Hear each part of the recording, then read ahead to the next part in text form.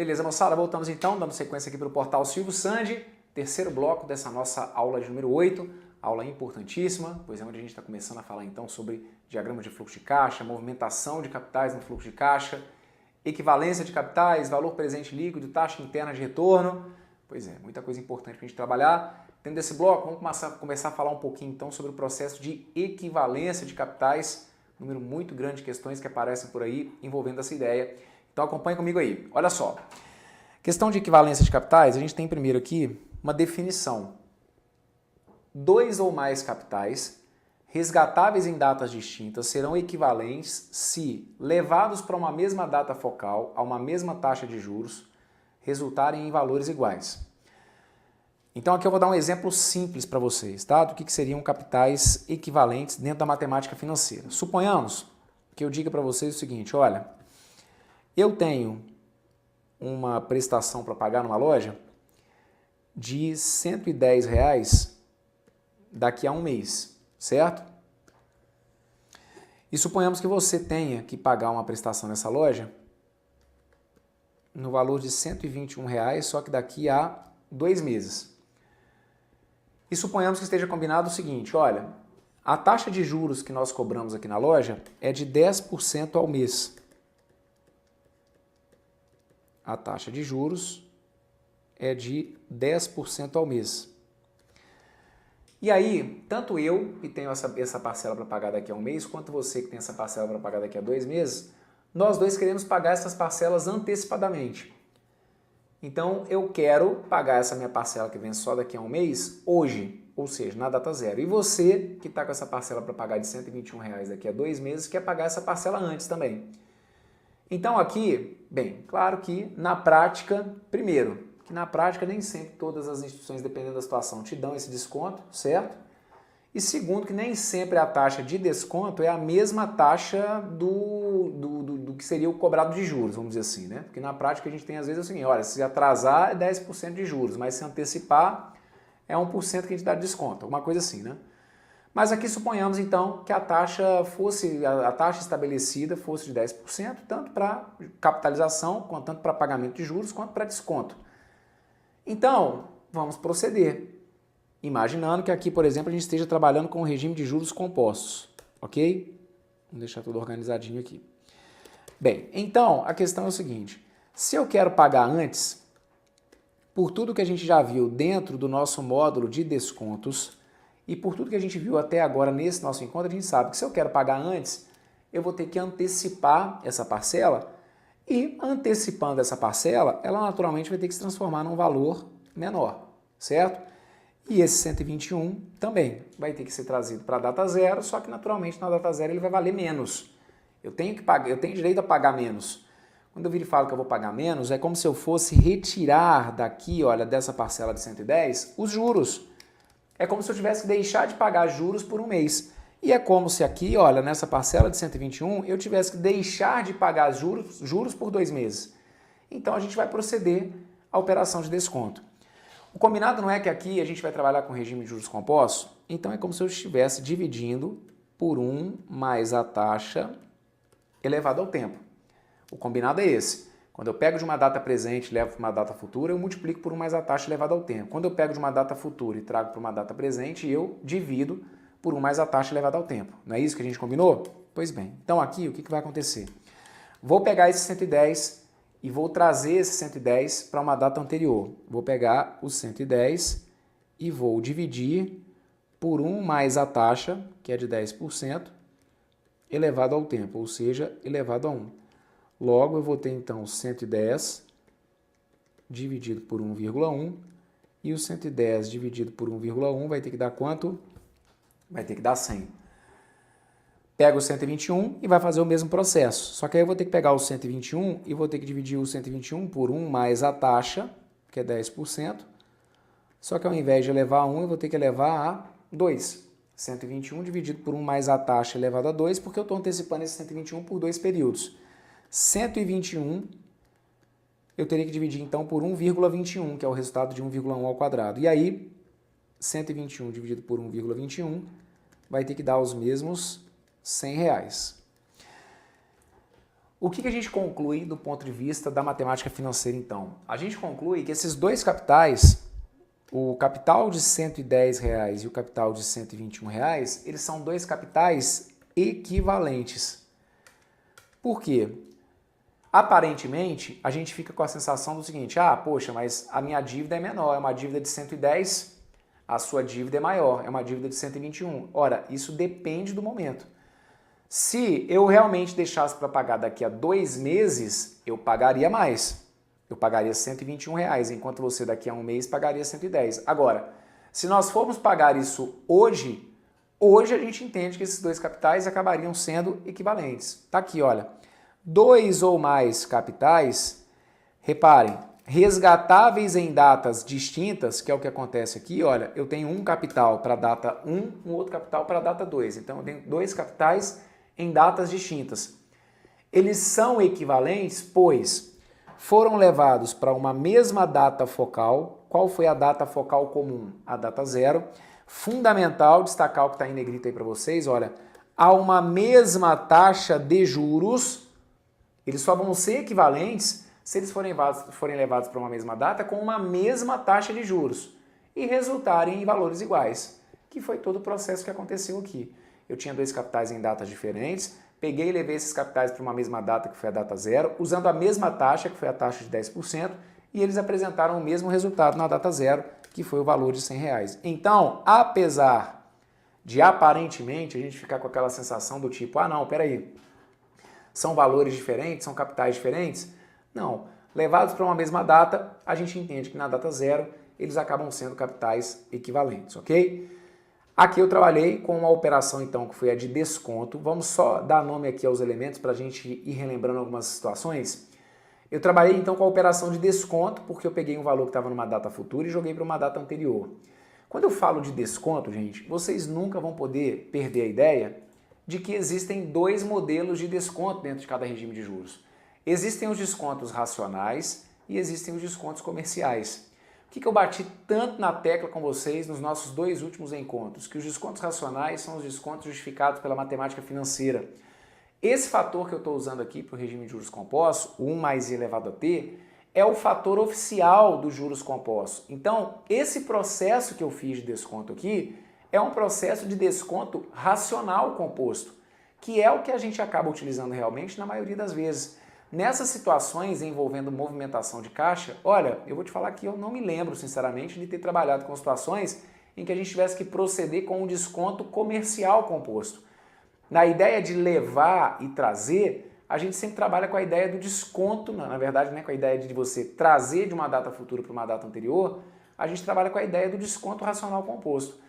Eu estou falando isso com vocês porque tem alguns enunciados que citam isso, né? Que o cara quer antecipar algumas prestações segundo o critério do desconto racional composto. Aí a galera fica pirando lá, mas o que é o desconto racional composto mesmo?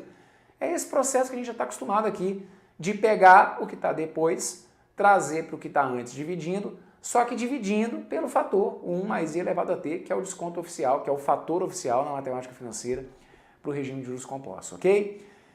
Então, chama a atenção de vocês aqui para esse detalhezinho da taxa, porque eu me lembro que nós tivemos uma provinha da CES-Granrio que foi aplicada em 2005, olha aí, já se lá vai um bom tempo, mas foi uma questãozinha aplicada pela CES-Granrio no ano de 2005, que deveria ter sido anulada e que na ocasião não foi. Por quê? Era uma questão que propunha ao candidato verificar quais fluxos de caixas que eram equivalentes entre si. Então eram apresentados, se não me engano, 4 fluxos de caixas, e o candidato tinha que escolher uma mesma data focal, movimentar todos os capitais para essa mesma data focal e chegar a valores iguais. Só que para serem equivalentes numa mesma data focal, a gente tem que sempre trabalhar com uma mesma taxa de juros. Então foi uma situação em que a questão abordada pela CES-Granrio trazia 4 fluxos de caixas diferentes, só que 4 fluxos de caixas com taxas de juros também diferentes. E aí não tem sentido você querer cobrar equivalência para capitais se as taxas estabelecidas nos fluxos forem diferentes. Então é sempre importante vocês ficarem atentos a isso. Nós já tivemos questões de prova, nós já tivemos questão do CESP teórica tratando sobre isso, dizendo que para que dois capitais fossem equivalentes, eles teriam que ser levados para uma mesma data focal e gerarem valores iguais. Não basta isso, eles têm que ser levados para uma mesma data focal, gerarem valores iguais, porém com a mesma taxa de juros, ok? Então aqui passei para vocês um exemplo rápido para a gente começar a se entender com relação à equivalência de capitais. O processo que eu apresentei aqui, ele acabaria sendo semelhante caso o regime de juros fosse simples. E para você já começar a entender uma diferença que a gente vai ter, é fundamental, moçada, que vocês façam esse exercício comigo. É o seguinte, aqui eu joguei tudo para a data zero, não foi? Vamos fazer o seguinte, suponhamos que ao invés de pagar tudo na data zero, a gente fosse pagar tudo realmente na data 1. Então eu, que estou com essa minha dívida na data 1, eu já sei quanto eu tenho que pagar na data 1. A data 1 que eu falo é pagar daqui a um mês. Não, olha, eu vou deixar para pagar daqui a um mês mesmo. Eu já estou aqui com um boleto de 110, vence daqui a um mês, eu vou pagar daqui a um mês mesmo. E você, às vezes, argumenta comigo o seguinte, poxa, mas eu estou com um boleto nessa loja para pagar daqui a 2 meses. O boleto para vencendo daqui a 2 meses é de 121, eu quero pagar antes. Então, quero ter um desconto. Beleza, então, pega para mim esse 121 e joga ele aqui para a data 1. Pega o 121, ao invés de levar ele para a data 0, joga esse 121 para a data 1, mas joga esse 121 para a data 1 usando o regime de juros compostos, perfeito? Então ia ficar assim, olha, 121 dividido por 1 mais a taxa, só que cuidado, elevado a 2, elevado a 2 nada. O 121 está na data 2, mas eu estou movimentando o 121 da data 2 para qual data? Para a data 1. Então, eu fico com 121 dividido por 1 mais a taxa elevado a 1. Eu estou movimentando o meu 121 por apenas um período, certo? Então, eu ficaria com 121 dividido por 1,1, que vai acabar dando quanto, hein? Vai acabar dando 110, ok? O que eu quero que você perceba? O 121 que estava na data 2, quando jogado para a data 1, ele se transformou o quê? No mesmo 110 que eu tinha aqui no meu fluxo anterior, certo? Assim como eu já te antecipo que se ao invés de você querer antecipar tudo, se você quisesse, por exemplo, pegar esse 110 e ao invés de pagar antecipar, ou ao invés de pagar realmente na data 1, suponhamos que você tivesse que pagar esse boleto atrasado. Eu estou aqui, você está com um boleto aí que vence daí a 2 meses no valor de R$121. E eu estou com um boleto nessa loja de R$110 que vence daqui a um mês, mas que eu já estou sabendo que daqui a um mês eu não vou ter dinheiro. Eu só vou ter dinheiro para pagar daqui a 2 meses. Então eu vou ter que pagar com juros. O que seria esse 110 que está na data 1 levado para a data 2, só que no regime de juros compostos? Quando a gente pega de uma data futura e traz para uma data anterior, a gente não divide? Pois bem, quando a gente está com valor numa data anterior e tem que levar para uma posterior, a gente faz qual o processo? O processo de capitalização. Então eu teria que pegar aqueles 110 e teria que multiplicar por 1 mais a taxa elevado ao tempo. Ou seja, eu teria que multiplicar por 1 mais 0,1 elevado a 1. Teria que multiplicar por 1,1. Conclusão, se você pega o 110 e multiplica por 1,1, você acaba encontrando quanto? Olha, você acaba encontrando 121. Eu não sei se você percebeu, mas no regime de juros compostos, sempre que a gente vai movimentando os capitais para uma mesma taxa, a gente acaba gerando resultados equivalentes.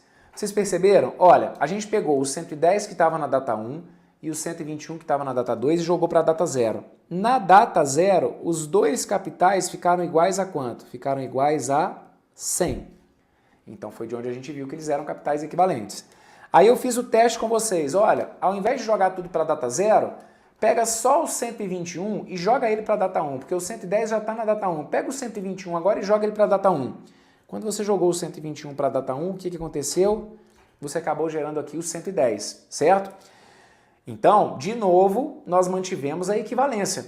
Reparem, eles foram equivalentes na data 0, foram equivalentes na data 1. E fiz o último teste com vocês, que era o de jogar para a data 2. Então o 121 já estava na data 2, vou pegar agora aquele 110 que estava na data 1 e vou jogar para a data 2. O que aconteceu com aquele 110 na data 2? Ele se transformou no 121. Então reparem, esses capitais eles continuaram equivalentes. Conseguiram perceber? Tá bom, Brunão, claro, mas isso para mim é meio óbvio. Tá, então a gente agora vai passar para um exemplo semelhante, só que a gente vai trabalhar agora com a ideia do regime de juros simples. Vocês vão fazer comigo o seguinte, você vai imaginar que eu tenho uma dívida no valor de R$110 que vence daqui a um mês. E você vai imaginar que você tem uma dívida de R$120 que vence daqui a 2 meses. A gente vai imaginar que a taxa de juros estabelecida pela loja é de 10% ao mês. Só que nós vamos trabalhar agora imaginando que o regime de juros seja um regime de juros simples, ok? Faz o seguinte para mim, joga tudo para a data zero. Vamos supor que eu quisesse então pagar hoje. Eu tenho uma dívida de 110 que vence daqui a 1 mês nessa loja. Eu quero pagar antecipado, então eu tenho direito a desconto. Você vai pelo mesmo caminho. Você vai pegar a sua dívida de R$120, que é daqui a 2 meses só, e você quer pagar essa dívida hoje. Então você vai pegar esse 120 e vai antecipar esse 120, perfeito? O que vai acontecer? Repara, como a gente está trabalhando aqui com o regime de juros simples, o fator do juros simples é outro. Qual que é o fator do juros simples? É o 1 mais I vezes T, certo? Então, como eu estou querendo antecipar, veja se você não concorda comigo, eu vou ter que pegar esse 110 e vou ter que dividir por 1 mais a taxa vezes o tempo. E o 120, eu vou pelo mesmo processo. Eu vou dividir por 1 mais a taxa, só que vezes o tempo, não mais elevado ao tempo, ok? Daí, então, o que eu vou fazer? Eu vou pegar o 110 e vou dividir por 1 mais a taxa, que é de 10%, vezes o tempo que eu estou antecipando, que foi 1. Então, aqui, multiplicando primeiro 0,1 por 1 daria 0,1. 0,1 somado com 1 daria 1,1. E aí eu passo a ter, então, 110 dividido por 1,1, que acaba sendo igual a quanto? Acaba sendo igual a 100. Então, pela antecipação dessa minha parcela, eu teria direito de pagar R$100. É como se eu estivesse retirando daqui, olha, R$10 de juros que estariam embutidos. O que faz total sentido. Se você pegar 100 e capitalizar por um período a 10% ao mês em juros simples, você ia ver que depois de um mês você ia ter que pagar 110. Então, é como se eu tivesse retirado os R$10 de juros pela minha antecipação. Agora você vai fazer a mesma coisa com esse capital de 120. Você vai pegar o 120 e vai dividir por 1 mais a taxa, só que vezes 1 mais a taxa vezes o tempo. Vou pegar o 120 então e vou dividir por 1,2, ok? 120 dividido por 1 mais a taxa vezes o tempo seria 120 dividido por 1,2, ou seja, 100. E aí, de novo, você vai falar para mim, então, poxa, apesar desses dois valores serem diferentes nominalmente, concorda comigo que o valor nominal desses títulos é diferente? O valor nominal não é aquele valor que está lá no futuro? Pois bem, o valor nominal dos títulos é diferente. O valor de face deles é distinto. Um vale 110 e o outro 120. Só que, o que eu fiz? Qual foi o movimento que eu fiz? Eu peguei o 110, peguei o 120, levei para uma mesma data focal. Qual data focal? Levei os dois capitais para a data zero. Utilizei a mesma taxa de juros. Qual foi a taxa? A taxa de 10% ao mês e, claro, utilizando o mesmo critério de juros, que é o regime de juros simples. Então, joguei eles para uma mesma data, com uma mesma taxa de juros, e o que aconteceu? Nessa data, com essa taxa de juros, os dois capitais foram equivalentes. Então, eu posso dizer que o 110 e que o 120 são capitais equivalentes a 10% ao mês em juros simples lá na data zero. Agora vamos ver o que aconteceria se eu jogasse eles para a data 1. Repara, para a data 1, então vou deixar indicado aqui, olha. Na data 1, eu já tenho, né? No primeiro fluxo, na data 1, eu já tenho lá o valor de 110, ok? E o segundo fluxo? Bom, o segundo fluxo, a ideia meio que intuitiva que a gente tem é de que eu vou pegar e vou fazer o quê? Ora, eu vou pegar o 120, vou dividir por 1 mais a taxa, que é 0,1, vou multiplicar pelo tempo, já que o regime de juros é simples, e vou multiplicar por 1. Cuidado para não multiplicar por 2, principalmente para quem está começando aí na matemática financeira, é muito comum a gente às vezes escorregar, né? Peguei ali o 120 dividido por 1 mais a taxa vezes 2. Não é vezes 2. Vezes 2 foi quando você jogou para a data 0, porque aí você movimentou por 2 períodos. Eu estou jogando da data 2 para a data 1, então estou movimentando só um período. Então o tempo de desconto é de um período. Lembre-se, o tempo que interessa é o tempo de desconto. Da data 2 para a data 1, eu estou descontando apenas um período. Muito bem, faz essa conta aí comigo. Olha, 120 dividido por 1,1. Eu imagino que na sua cabeça a expectativa que a gente tenha de resultado é que vai dar o quê? Vai dar 110, né? E aí a gente vai ver que não. 120, quando você divide por 1,1, você acaba encontrando 109,09. Opa, uma situação diferente do que aconteceu no regime de juros compostos. Reparem que esses dois capitais aqui, olha, eles não são equivalentes. Concordam? Poxa, será que foi alguma coisa isolada? Será que tem alguma coisa a ver com a questão da data focal? Será que na data 1 é que eles não vão ser equivalentes e a partir daí continua tudo igual? Vamos fazer mais um teste então. Olha o que iria acontecer lá na data 2. Vamos pegar o meu fluxo 1 e vou levar para a data 2, porque o fluxo 2 já está, né? Na data 2. Vamos colocar aqui o fluxo 1 na data 2. Fluxo 1 é esse que está aqui, certo? Pega o que está ali então na data 1 e joga para mim para a data 2. Como que eu vou fazer para movimentar o meu capital que está na data 1 para a data 2? Ora, se eu estou agora pegando um valor que estava numa data antes e estou levando para uma data posterior, é porque eu vou ter que pegar e fazer o quê? Eu vou ter que multiplicar por 1 mais a taxa vezes o tempo. Concordam comigo? Se para pegar de uma data futura e levar para uma anterior eu divido, para pegar de uma data anterior e levar para uma data futura eu multiplico por 1 mais a taxa vezes o tempo. Então a gente vai ficar com 110 que multiplica 1 mais a taxa vezes o tempo. Então eu teria que pegar 110 e teria que multiplicar por 1,1. Bem, os 110, se você for multiplicar por 1,1, você vai acabar encontrando 121. Enquanto no fluxo 2, na data 2, eu tenho 120.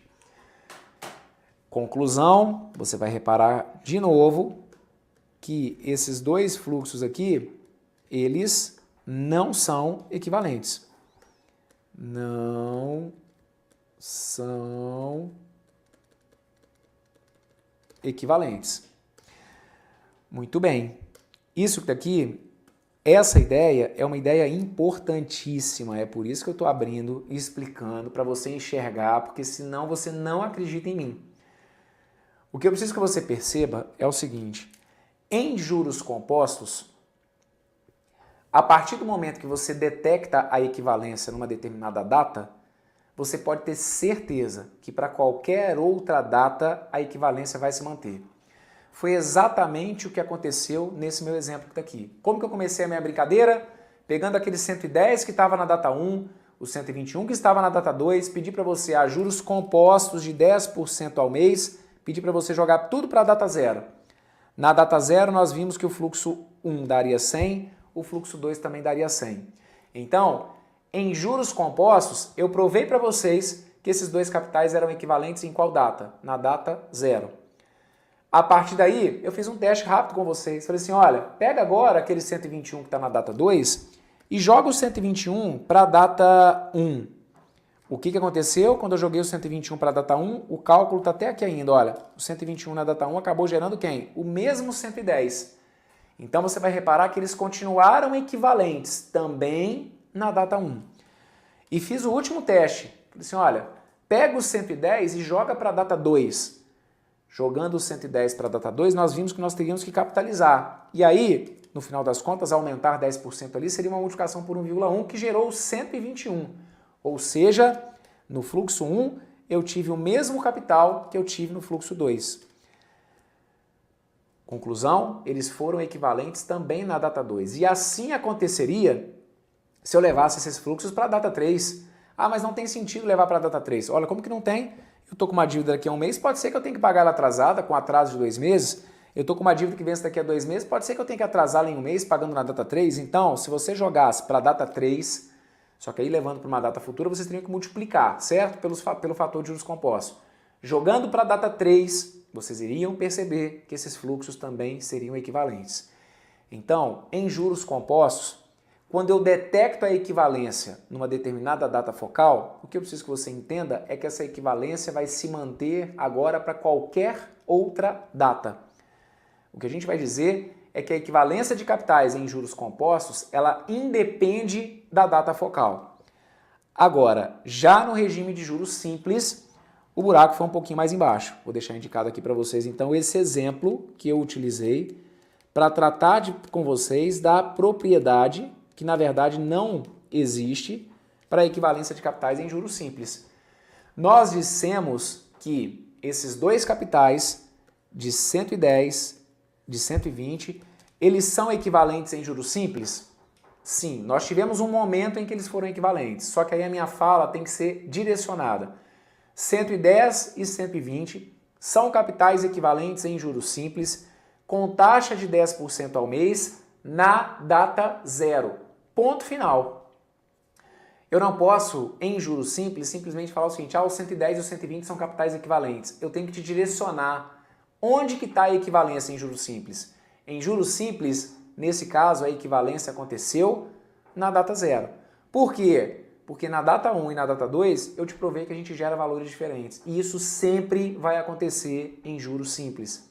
Assim como sempre vai acontecer em juros compostos. Juros compostos foram equivalentes na data 4, fica tranquilo. Agora, data a data, a gente iria perceber que as movimentações sempre gerariam valores que seriam equivalentes nos dois fluxos. Em juros simples, foi equivalente na data zero? Esquece. A partir daí não tem mais equivalência. Nas demais datas focais, nós teríamos sempre valores diferentes. Então, esse exemplo que está aqui, ele é fundamental, gente, para que vocês compreendam o que estava aqui como item 4. Propriedade fundamental da equivalência de capitais em juros compostos. No regime de juros compostos, uma vez verificada a equivalência para uma determinada data focal, ela permanecerá válida para qualquer outra data focal. Em outras palavras, isso aqui é decisivo para uma série de saídas que nós vamos apresentar na resolução de questões. Em outras palavras, a comparação de capitais em juros compostos não depende da data focal considerada. Por várias e várias situações, vocês vão me ouvir falar assim, gente, olha, como a questão aqui é de juros compostos, então tanto faz a data. Como tanto faz a data, vamos levar para a data X, porque fica mais fácil de fazer conta na data X. Em juros compostos, a gente vai ter liberdade para escolher a data que eu quero focar. Em juros compostos, a comparação de capitais, reforço, não depende da data focal. Aí eu continuo dizendo o seguinte, olha, esta propriedade aplica-se tanto a capitais isolados quanto a conjunto de capitais. Eu já estou preparando o terreno porque a gente vai ver no nosso próximo módulo, que é o módulo de rendas uniformes. Quando a gente for trabalhar com conjunto de capitais, ou seja, com fluxo de rendas iguais, essa propriedade também vai ser válida. Desta forma, se dois conjuntos de capitais forem equivalentes em uma data focal, eles o serão em qualquer outra data focal. É importante lembrar que esta propriedade não é válida para o regime de capitalização simples. Qualquer dúvida que tenha em entender, mas por que não é válido no regime de capitalização simples? Por isso que aqui, na nossa turma extensiva, a gente tem a possibilidade de mostrar. Geralmente, quando é intensivo, eu simplesmente chego e falo, olha, acredita em mim, em juros simples essa propriedade não é válida. Aqui a gente teve a oportunidade de enxergar na prática. Em juros simples, uma vez detectada a equivalência numa data, eu não posso generalizar dizendo que em qualquer data essa equivalência vai se manter. Perfeito? Maravilha. Moçada, bloco importantíssimo dentro dessa nossa aula. Como eu sempre peço para vocês, só vai comigo para frente se você achar que tudo que eu falei aqui fez sentido. E ao mesmo tempo, se tudo que eu falei aqui realmente fez sentido, então volta, porque no nosso próximo encontro a gente vai trabalhar também assuntos importantes aqui ainda referente à parte de equivalências. Então, o próximo encontro que eu falo é o próximo bloco dentro dessa aula mesmo, tá bom? Não me abandona não, hein? Daqui a pouquinho então o Bruno tá na área e a gente segue firmes e fortes aqui com vocês, com a nossa turma da Fábrica de Fiscais. Tudo de bom para vocês. Fui!